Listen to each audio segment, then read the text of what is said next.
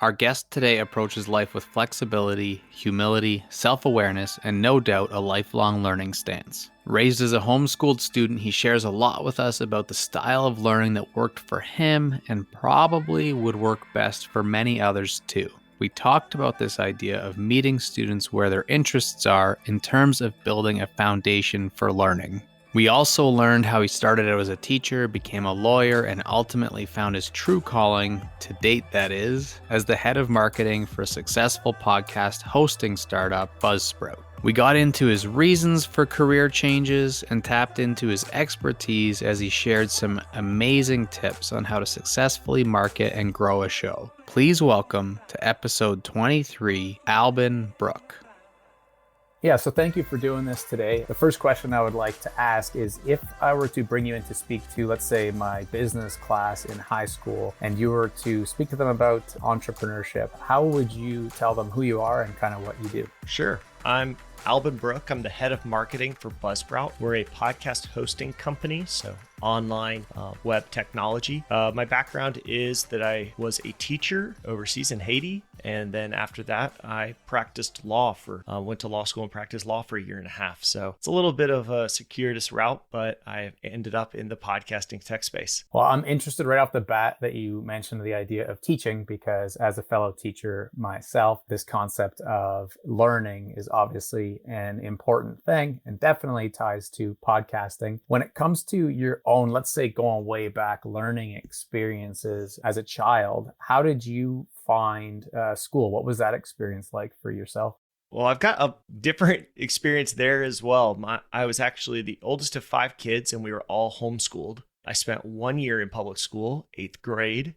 Besides that, all of it was learning at home. So it's very much self-directed, project-based learning. It's funny now finding schools for my daughter. I often see these like Montessori or Waldorf schools and I go, oh, that's kind of more similar to what I did. It was very academically rigorous, but it was very child-directed. And so it was really beneficial for me because I would get really into math. And so I could spend a lot of time following that interest, and period where I wanted to learn everything there was about World War II, and just went and would spend a lot of time reading. And it allowed me to kind of pursue my own passions. And I think it's what's made me more of a lifetime learner, is that school was rarely something I had to do, but it was something that I had the opportunity to do and was supported in doing. Was it circumstances in your life and family that led to you being homeschooled and having more project-based learning, or was it a decision? Do you know? It was definitely a decision. So, now homeschooling is becoming more popular and prevalent, but when we were doing it, it was pretty rare in the 90s. Well, a lot of the families, there were families that chose it for religious reasons, but a lot, and we would fall into this group, would be you're just trying to find an environment that works best for your kids. So for us, sitting down for 9 hours a day at a table just wasn't going to be the best environment for me or my brother or my siblings. So that was where we first landed. And I think my parents probably thought there was a point that we would grow out of it. We moved when I was, early in school, so that might have been a little piece of it. But we tried that 8th grade. I thought that I'd go there and then go to high school, and quickly realized all the benefits of homeschooling that I was giving up. And so we went back to finishing out before I went to college. I was curious to ask about that 8th grade. When I used to teach 7th and 8th grade, I had a student come to me for the first time ever as a homeschool student. And I remember people worried about his transition into the school, socially and otherwise. And what was fascinating to everyone involved, I wasn't overly surprised, but what was fascinating was he was immediately a leader. And I think because he was so comfortable with his school experience, etc. However, one thing I know was that in his case, for sure, he felt bored a bit because there wasn't that ability to just be creative and figure out your own sort of, as some people call de-schooling or what have you these days. What did your sort of schedule look like, or how did you go about learning if it wasn't 9 hours in a school? What did it look like for you? Almost every day started, I'd wake up naturally at like 9:30 in the morning, and you grab some breakfast and you head over to the table, and we would all work around our big, dining room table, and we'd all be working on different projects. And, you have certain work. We would go to this kind of co-op once a week where lots of different parents were teaching different classes. So my dad was an attorney, and he taught me and a lot of my best friends English. One of my best friends, his dad was a doctor, and he was teaching some science classes. And so we actually had this really nice environment where you had a social aspect once a week, where it had lots of different kids, and we were getting some expert level teachers who may not be expert in teaching, but they've only got a class of 3 or 4 students, and they're really focused because, these are the kids that they've known their entire lives. So I grew up with a lot of the same friends from, second grade all the way up through graduating high school. A lot of us were, doing school together, and you kind of knew everybody's family, and you were very involved in school. Throughout the day, it would just look like a lot of self-directed learning, and there was not a clear, in my mind, split between school time, homework time, and play. Like, there'd be times where you just knew you've got a lot of energy and go out and play baseball with my brother for a bit. And then we'd come back and, you may find yourself working, reading a textbook late at night because it was interesting. And so that was the real value for me, was that school was never this like overly painful area of life that was really boring, which I found the 1 year of actual school, and then quite a bit of, law school and college. Some of the classes, there's times where, it is a pretty boring subject. Homeschooling really wasn't like that for me, because it was a lot of leaning into the areas that you enjoyed and finding new ways to explore the areas that you didn't.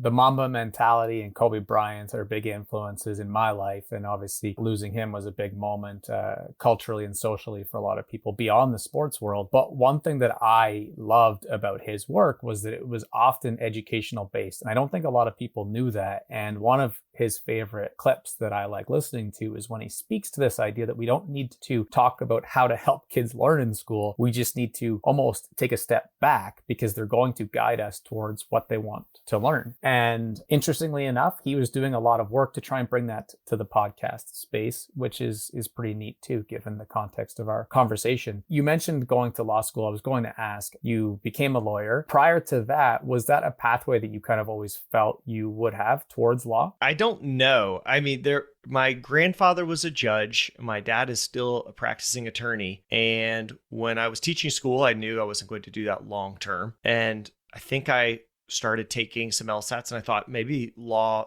there's some things about it that are interesting. And I started scoring well enough that I went, I could probably go to a pretty good law school. And I know that both my grandfather and my dad at separate times were like, I don't think you're going to love this type of work, but you follow your own path. And pretty quickly realized they were right. So I practiced. I worked in law firms for, I think, 2 years before law school, 3 years of law school, and then 1.5 of practicing law after that. And, it was pretty clear when I was practicing that the day-to-day life of a lawyer was not what I wanted to be doing for the rest of my life. It was really long hours. It was often very boring work, just reviewing documents, as background for, really large cases. The biggest, cases I'd work on would be, $150 million dispute. But really all you're doing in the end is trying to figure out which of a few different companies bears most of the burden of the mistakes that happened. And, there always felt like any mistake could be catastrophic. And yet the moment by moment was just reviewing, thousands and thousands of boring emails that were sent over the years. And I remember specifically looking over to some of the people I was working with, who'd be 10 years my senior, and realizing they were working just as hard, if not harder than me. They were making good money, but that was the cost that they often were calling their children at night, saying good night over the phone because they knew they wouldn't be home before they'd gone to sleep. And it was pretty clear what law was going to afford me would be, a healthy salary, but it would cost me, a lot of time, a lot of experiences, and I'd miss out on the things that I really wanted to be doing in life. And it wasn't the trade I wanted to make. And tech at that time was really where a lot of my passions were. And podcasting specifically was an area that I thought was really interesting and wanted to work in. Now, I'm sure grandfather and father were a step ahead of the podcasting thing, though, when they said that they didn't think you'd want to be in law. Why do you think they said that? I think because I've always been pretty social and I wanted to be around people, and I always pushed back on, sit down and spend 12 hours just going through something. I always wanted to be interacting with people and kind of pursuing what was interesting, at least what was interesting to me in the moment. I think that I'm probably above average when I get to direct my own path and find what I want to work on. I do above average work. But when I'm kind of forced to do the same thing day in, day out, I think I have way less stamina for that than most people. And so I would find myself, most days, I might have dozed off for 3-4 minutes there. What was I didn't get any, I didn't review any more documents. And would see plenty of people at the office. I'm like, I think you're getting this done a lot faster than me. And it really was due to, maybe it was some part of my upbringing or schooling or just the way that I was wired, but it was definitely not something I was going to be good at. And I think I knew that pretty well. I was probably going to be an average, below average attorney. I'm sure a lot of your transferable skills would have been assets too, but it is such an interesting thing. Do you feel that part of that same mindset was what kept you from wanting to be a teacher long term too? Or what was it that about teaching that you knew wouldn't make it a lifelong thing? Well, I might have been a worse teacher than I was a lawyer. I don't know. I went and taught in rural Haiti. I was just teaching students computers and English, a little bit of astronomy. And I think I had a view that I knew how to teach because I went to college and I saw good teachers teach. When I was there, didn't really have any tools to know how to manage a classroom, how to teach at a variety of levels, because it became pretty clear some students were 2-3 grades ahead of where I was teaching, and quite a few were 2 grades below where I was teaching. I just didn't have the tool set to really, be a very good teacher. It was incredibly edifying experience for me, just living in Haiti and also talking with these students. And I hope that I was able to help teach them a bit of English. But that was just an experience that, again, you've got to know when to quit. And sometimes you can quit because you can see this is not something that I am particularly suited towards.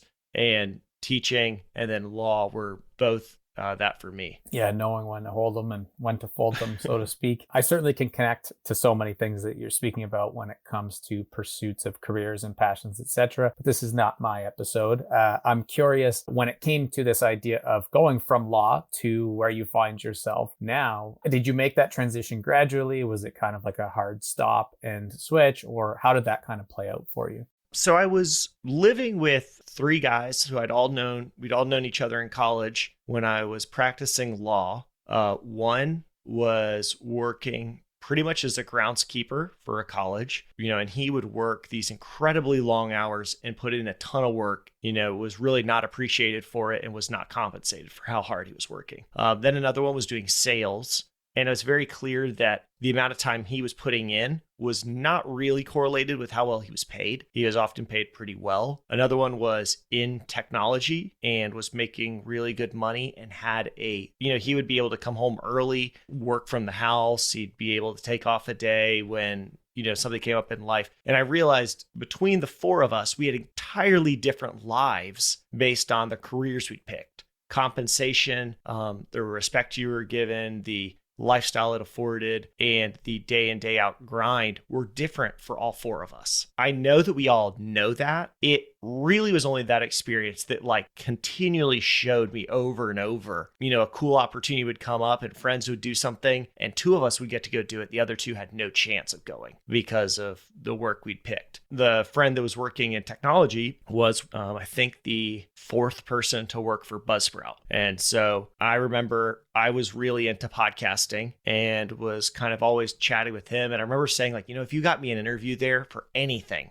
I would take it. I was so ready to leave law and I knew I wanted to be in podcasting. There was a point where they went to the first podcast movement, realized Buzzsprout was a lot smaller than they thought compared to the industry. They only met 1 customer and they came back saying, well, what if we try to hire someone to do a little bit more of a marketing role? My friend John was saying, hey, I have a friend, he's an attorney. I think he would want that. So I took a kind of entry-level job running support for Buzzsprout and also doing marketing on the side until we started getting Buzzsprout to grow enough that I was able to transition full-time into the marketing role. So many things that we could jump on there in terms of podcasting in general. But for the people who don't know, what does Buzzsprout as a company do? If you listen to a podcast on your phone, you might listen to it in the Spotify app or Apple Podcasts or on Google Podcasts. All of those apps, they don't actually have the audio file themselves. They are actually getting those audio files from someone else.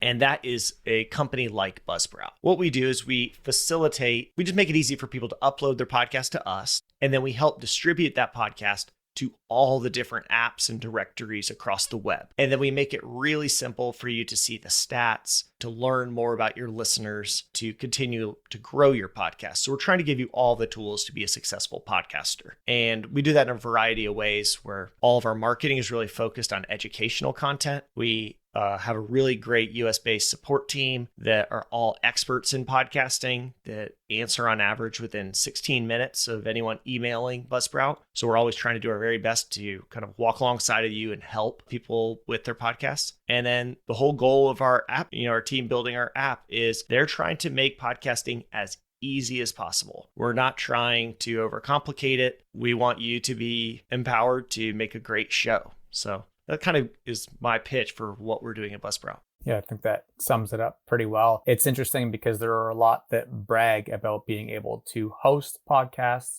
come use our service, but obviously you guys are a leader in this space. What do you think sets you apart? Is it that simplicity? Origin story for Buzzsprout is, this is before I was here, but we had a small website builder, and we had a lot of NGOs and nonprofits and churches using the software. And we kept hearing them say, we want to put audio files on our websites. And when we would talk to them and kind of are researching this issue a little more, what we realized they were asking for was actually a podcast. And so in 2008, we were going through the process of teaching people how to set up a podcast with the tools that were out there and then put those players on our sites. And if you think about what a nonprofit is often working with, it's a lot of kids that donate 50 hours of time and before they go on to college. So they have a lot of smart, ambitious young people, but they often don't have a lot of continuity with who's working on a project. So you might have, a really smart girl come in, set up a podcast for you. She figured out using this complicated tool and then left. And now the podcast just goes idle and nothing new gets uploaded. So the problem we wanted to solve with our tutorials in the beginning and then eventually by building our own app was how to make it super easy for people to start a podcast so that even if it's somebody who's just recently retired and is donating time to their church, or somebody who's wearing 50 different hats at a nonprofit, that both of them are able to get a podcast online and into all these directories without a lot of headache. We'll obviously talk a lot about marketing and some of your expertise in areas in helping people get their own podcasts set up and going and that kind of thing. Before we get too far away from it, I'm curious about, again, when it comes to that sort of job switch, another theme of our show is that so many people want to get into a different line of work, but they feel stuck for so many years. There's something about you that made you decide to go do that or pursue it, whereas a lot of lawyers just stay. What do you think it is, or what would you recommend to people who are feeling stuck like you were? I remember listening to a podcast episode. It was an early episode of the Freakonomics podcast, and they were going through social science research on people who quit things early. We often moralize quitting, that if you quit, you're bad, and you're quitting because you didn't have what it took to keep up with the gym that you were going to, or if you quit college, that it was probably a failing because you weren't smart enough. But they helped reframe it in my mind as sometimes you're going down the wrong path, and the best way to move forward is actually to turn around and go back. And if you're in college and you know this isn't working for you, then maybe the best path is to look at a trade school. For me, if you're on the path of being an attorney and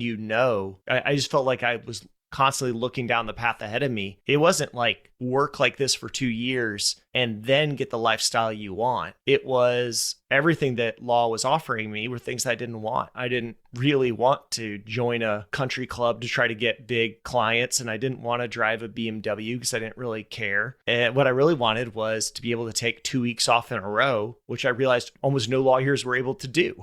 And so the big thing for me was, one, not feeling like it was a failing if I quit, two, kind of identifying it early, and then three, really kind of just taking that that plunge early on in my career. It would have been much harder. I just got married when I quit, and my wife was supportive of it, which I was very blessed to have a supportive wife. What we needed to survive was a lot cheaper than what I may have kind of grown accustomed to if had I waited a few years. What's so enticing about different jobs that people feel stuck in is they often pay quite a bit of money. And if you get addicted to that money, in law, we always called it the golden handcuffs, you don't really feel like you can leave because you maybe have 2 BMW payments and you're paying for a house that you kind of can't afford, and you have 2 kids in a private school. Well, now you've actually made it so that making less than $200,000 a year isn't even an option, or else you're going to have to undo all this stuff. So I was lucky enough to spot this early enough in life to say, we've got to make a change. We definitely better make it before I make the dumb decision to buy a car I can't afford or one of these other things. Whatever it was, it is inspirational, motivational, and all those sorts of things. And a good example, it'll be a great example for people listening to really reflect on that, because I think that's what life is all about. Coincidentally, I wrote a poem with the youth I work with yesterday, kind of going back and forth between people who are super wealthy, beautiful people, as Ed Sheeran calls it, and people in jail, and then asking the question at the end of who's actually the one feeling stuck and serving time. And they really appreciated that because these youth are in jail. But we're just talking about this kind of idea, right? The simplicity of life sometimes. And having seen you pursue that part, the priorities, I guess, is pretty inspiring. So thank you for sharing that. What was it about podcasting in particular? You've mentioned it a few times that this idea of podcasting was what you always appreciated, because that was certainly early on for the general public in terms of getting into it. I think the first time I listened to podcasts was probably about 2006, just listening on like a Zune or an iPod or something. I'd download them onto my computer and then put them onto, my device when I'd go for a run or listen while I was driving across town. Then when I was in Haiti, I rarely had electricity and almost never had internet unless I went to an internet cafe. You can't download like full episodes of TV shows, but light audio files were doable. And I would download this philosophy podcast, and I realized like I would listen to some of these episodes multiple times because I didn't have a ton else going on, but I also felt a real connection with the hosts. I felt a connection back to the States, and I realized just the power of the human voice, and especially in long form discussions, allowed me to feel a lot more connected than maybe I had expected before. So that was kind of where it first started turning the wheels of the power of podcasting. And then as I kept listening to shows, I realized podcasts are very different than maybe video content like YouTube. With video content, it kind of is asking for all of your attention. It's saying, hey, sit here and watch the host and how they move, but also listen. And it kind of has to be like much more fast paced, maybe a little bit more stochastic, random. There's lots of stuff going on to keep your attention. Podcasting, on totally other side, often is acknowledging that you're doing something else. You're probably mowing the grass or doing some chores or going for a run or driving your car, going for a workout, whatever it may be. You're probably doing something else. And the fact that you're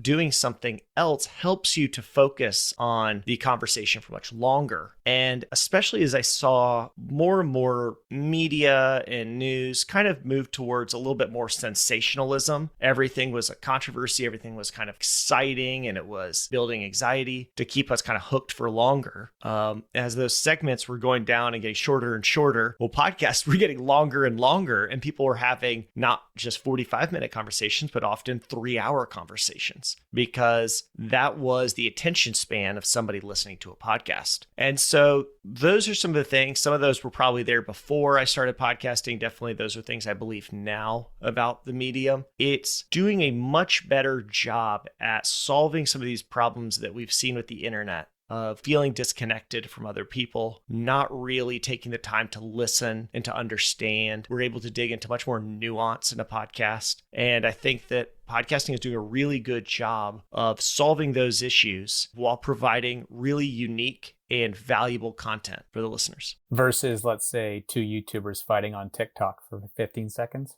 in a boxing match. Right. I mean, if you want a lot of viewers, hop over to TikTok and, create something, because the prospect of you getting 4 million views on your video, that is totally feasible. That's not going to happen on a podcast. What you're going to get on a podcast is maybe 100 people listen to you, but they listen for 45 minutes and they feel like they know you. And then now maybe they listen to your show for 3 years and they know so much about you. They learned so much about your point of view and they feel really connected to the show. If you're trying to build depth of connection to lots of people, podcasting is a great way to do that. If you want to connect to tens of millions of people who might barely know who you are, well, then things like TikTok make more sense. Every different social media platform and medium has its place. Podcasting, I think, is, where I like to be, which is all the way over on the depth rather than the breadth. I think it's incredibly valuable because it facilitates those type of conversations. I completely agree. I wish I came to that realization far earlier, or younger, I guess, to use another word. But for those who feel like it's a little bit late, or this quote unquote saturation in the market of podcasting, because I've heard that often enough, how do you respond to those people? I would say the first time someone told me that was the very first day I worked in podcasting in 2014. And he told me, I don't know if I should launch. I should have launched a few years ago. Not now. It's too saturated. And back then, I think the number was probably like 60,000 podcasts in the entire world. And he thought he'd missed the boat. And then we passed 100,000. Everyone was saying the same thing. And then now we have passed 2 million podcasts. And I'm still confident we're very early on, because when you look at the number of YouTube channels, there's probably like 50 YouTube channels for every podcast. There's hundreds of blogs. There's millions of Facebook pages. There's so much content on the web. And what we are learning over and over and over again is you're not speaking to an audience in just your local city, the 150 people you know. You're actually speaking to a worldwide audience of 7-8 billion people. And all you need to do is find a topic that matters to you that might be of interest to a few million people, 0.0001%. It doesn't have to be a very large group of people for you to find, a really core audience that's going to love your show. And a lot of the best shows that I've seen are people who are just totally tapping into what makes them them, and they're approaching a topic that they enjoy in a unique way. And whether that be your view on current events and politics, or maybe it's your interest in Dungeons and Dragons, or whatever thing that you enjoy, bring yourself to the table. There are people that will find your specific bend incredibly interesting and will tune into the show. Well, and you referenced the Freakonomics earlier, a philosophy podcast you listened to in Haiti. I can't ask you your favorite, probably, because it may be a conflict of interest. However, what are some other shows that stand out to you right now? I will pull up my podcasting app. I listen to the Accidental Tech podcast. It's a podcast about the tech industry. Conversations with Tyler Cohen. He's a professor at George Mason University, economics professor. Listen to other podcasts about tech, marketing podcasts, Making Sense with Sam Harris, Reply All, the 538 Politics. Anything that I get into at any point, I will probably go search those keywords and subscribe to a few shows. I'm very quick to find a new podcast and then also quick to drop it if it doesn't work. But a few years ago, I, started reading a few of the Stoics. And so I went and found the top 3 podcasts on Stoicism. When that interest, kind of waned in later years, I unsubscribed from them. But yeah, I'm always kind of testing out new shows and finding new interests. That's one of the things that I think that I really appreciate about doing an interview style show, is that I felt when I designed this show that I wanted to be able to maintain the ability to do things that are novel or new or exciting. And I wasn't sure how to do that myself. So I thought that that would be one of the most competitive advantages to being able to interview someone, say in a couple years from now, who is in a movie or something, because I'm trying to inspire and show the behind the scenes guidelines of how to pursue that same type of life should you want to yourself. But in terms of styles of show, do you think that there's any one that is better? Or when people get stuck, I find it's a lot because they can't figure out how to structure their show. Well, I would actually say that the first thing is kind of a red flag. If people are saying, what's the most popular type of show? I often try to stop them quickly because the answer is like true crime and comedy. Lots of people listen to those types of podcasts. But I am not going to create a successful comedy podcast or true crime podcast because I'm not a comedian and I'm not overly interested in true crime. The podcast you should be creating is the podcast that's about something that's unique to you. There probably are podcasts on almost everything. I have a good friend. He actually shoots a lot of footage for documentaries. Lots of them are on like Netflix and in news of big storms. So if there's ever a hurricane or there's tornado footage, he and his team have probably filmed it because they chase a lot of these storms. So he started a podcast called Tornado Trackers where they were just talking about what it was like, what gear they used, interviewing other people who are really interested in weather. And it's not a show that appeals to me. And it's also not a show that he ever asked what's popular. He just said, what's the thing that is inside of me that until he found two other guys that were interested in it, he had no one to talk to about it. Now what's happened is they've kind of flown this flag with a YouTube and a Twitter and a podcast saying, hey, here's what we're into. And almost instantly, people started showing up saying, oh my gosh, I've always been into this stuff and I've never known anyone else who was into it. And they've started building a community around all of this stuff that they're already doing and they enjoy. So I would challenge your listeners, anyone thinking about starting a podcast or any type of content, don't look at the podcaster that is your idol and try to copy them. Instead, say, what is it in me that is kind of yearning to be set free, that wants to be doing something else? What do I want to lean into? So at one point in my life, that was technology and podcasting. I really want to be learning more about this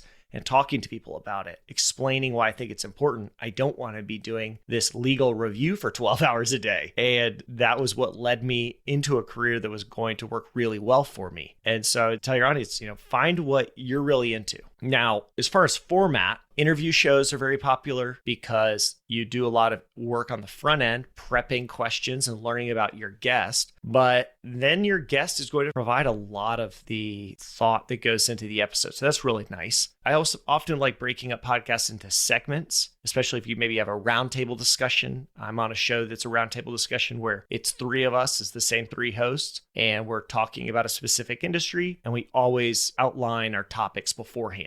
And then you can go all the way to fully produced podcasts that are almost like an audio TV show where there's scripts, there's sound editing, there's production, there's everything.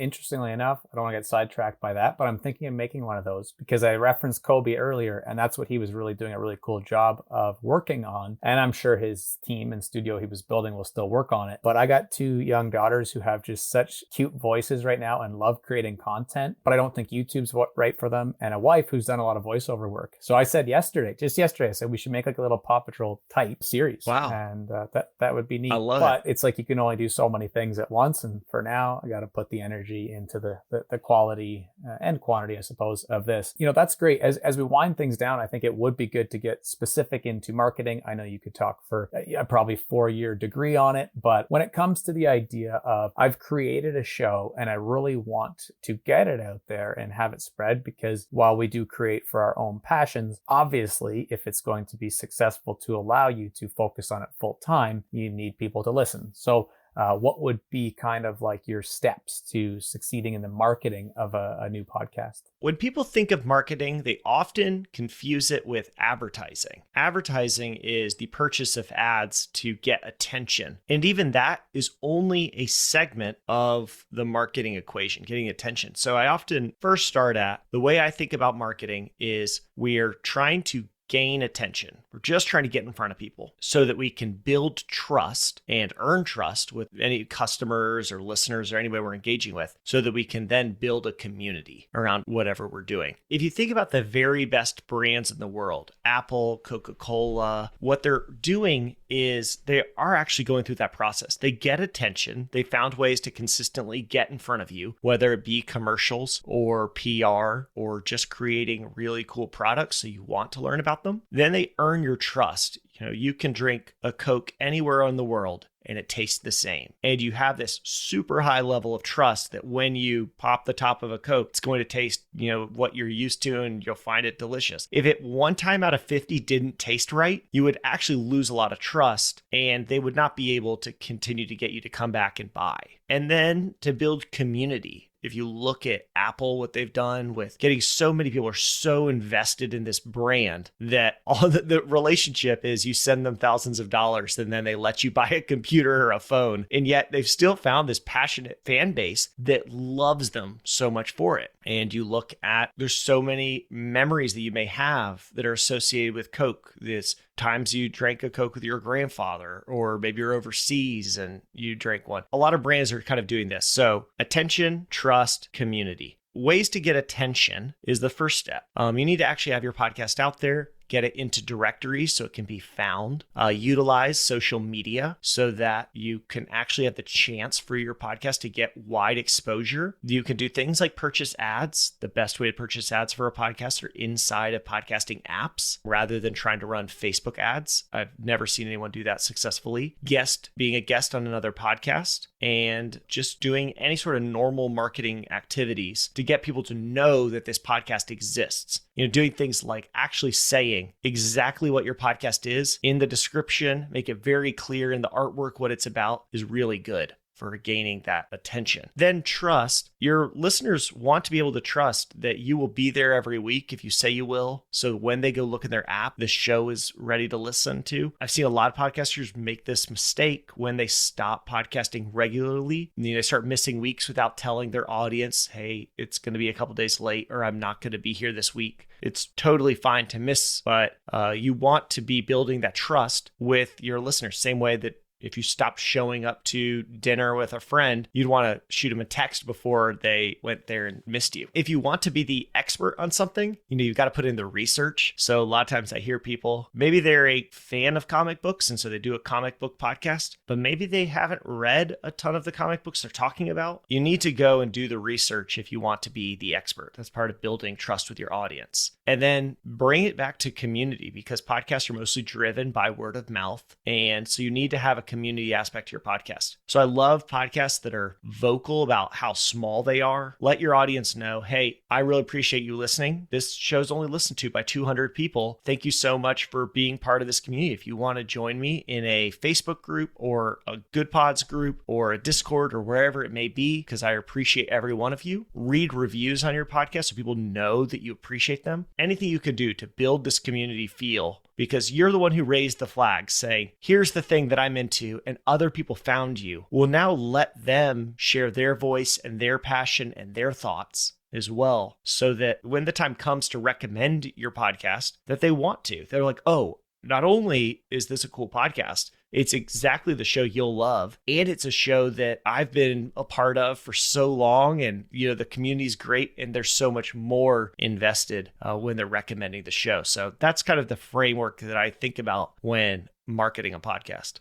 I think that's going to be really helpful. I always love having that one clip that really will support people in pragmatic terms. So thank you for that. One final thought when it comes to podcasting: Call Her Daddy podcast sold to Spotify for 60 million, Joe Rogan for 100 million. When people look at this as a medium to actually want to go full time as a creative versus, say, using it as a lead generation tool to a course or something, I think that's straightforward. But if people want to do that, kind of like what Joe Rogan did, do you think that's realistic for someone who's not Joe Rogan or Barstool Sports? No. The reason those shows are getting so much money is because Spotify is in this growth phase where what they want more than anything is to own the entire podcasting ecosystem. And to do that, they need to change listener behavior quickly. and get lots of people to ditch the podcasting app they grew up on and move to Spotify. Well, the way that they can do that is by signing the biggest podcasters in the world and making them exclusive to Spotify. So they did it with Joe Budden. They did it with Joe Rogan. They've signed deals with Barack and Michelle Obama. They just got Call Her Daddy to join as an exclusive. Dax Shepard just took his show exclusive, and there's probably tons that I don't know about and I've missed. Yeah, this is hundreds of millions of dollars that Spotify's putting into it, but they're not doing it because these podcasts are going to make them that much money. They won't. What they're doing it to do is this is an investment and a strategic bet that they will get so many new listeners onto the Spotify platform that long term that this can actually maybe be their platform. Maybe Spotify will become the place you go for audio, whether it be music, podcasts, or live. That's the one spot on the internet. That's what Spotify wants to do. And that's why these numbers that seem astronomical, they really are, because it's just this is an important time in the industry for them to do that. If Spotify is able to win the industry, we'll see them act more like a YouTube, which doesn't pay anybody to join YouTube because you kind of have to join YouTube if you want the listeners. If you want to make money in podcasting, the best way to do it is to create unique, differentiated content, something that people can't find anywhere else. Be the person who will put out shows for years about chasing tornadoes because that's what you're into. And then eventually you can launch something on like paid podcasts or maybe through a Patreon or Apple podcast subscriptions, and you can sell additional content to your subscribers or just ask them to support you with a monthly donation. I appreciate that. I know we need to wrap. All the things you just brought up were pretty amazing things that give insights into the business world of it. And perhaps a year or two down the road, we can run back in episode 2. I have a couple very rapid fire things that I ask everybody and then I tie them together as content. Question 1 is one piece of advice you would pass on to the next generation. Ooh. Just be kind. I think kindness is probably one of the most important things that we often miss. Everybody is struggling in their own unique way, and we have no insight into what everyone else is dealing with. So approaching everyone with kindness is always a great thing to do. 2, something that you yourself are learning right now. Probably to be a better listener. As a podcaster, it's very easy to be the person talking all of the time. But being a husband, you are constantly reminded, not by your wife, but by yourself, that like we really are not as good at listening as we think we are. So that is definitely something I'm trying to do as a father, a husband, and as a friend, is learn to give people space to tell you how they feel and what they're experiencing and listen in a healthy way. She'll appreciate that. I'm sure I can pass it on to her in terms of micro content. And then the third being, what's a question that you think my answering could help my audience? So what would be one question you would ask me? Maybe why you believe entrepreneurship is so valuable. Because one thing I've know people probably ask is, well, I don't know if I'm ready to take this leap. What's the value of entrepreneurship if I never work for myself? A very quick one right now, I'm speaking on this on Wednesday, is that I think it does tie to people's mental health. If the thing they're choosing is passion-based and it may not be monetized, it could be hobby, borders on monetized, but over time, if they're doing that every day and really loving it, even if they're going to a crappy job they don't like, it seems to improve vitality and mental health for people. But yeah, I'll think about it more and share it in the future and be sure to tag you. Thank you so much for doing this. I appreciate your time. And where and why might people want to find you online? Probably the best place is Twitter/Alban Brooke. That's where I share anything that I learn about the podcasting industry, social audio, or marketing. And any questions you have, I will definitely answer them and love just meeting and connecting with people. Often I'm doing Twitter spaces, kind of breaking down different things in the industry. Would love to connect with people there. I'm sure they will. You're a great person in the industry, and it's tough to get shows off the ground because having guests is such an important part of it. So thank you so much for this. Well, thank you so much for having me. And scene. Thank you. All right. Talk to you soon. Okay. Take care. Bye. Wow, thank you so much for listening. What another great episode of JKL. We really appreciate when you pass the show on to others and cannot say thank you enough. Thank you to our guest, Alban. What an amazing voice in the space of podcasting and marketing. It's our goal to have this change millions of lives, so please do subscribe, leave reviews, and it would mean the world if you could share it with others. Until the next episode, all the best, and remember, just keep learning.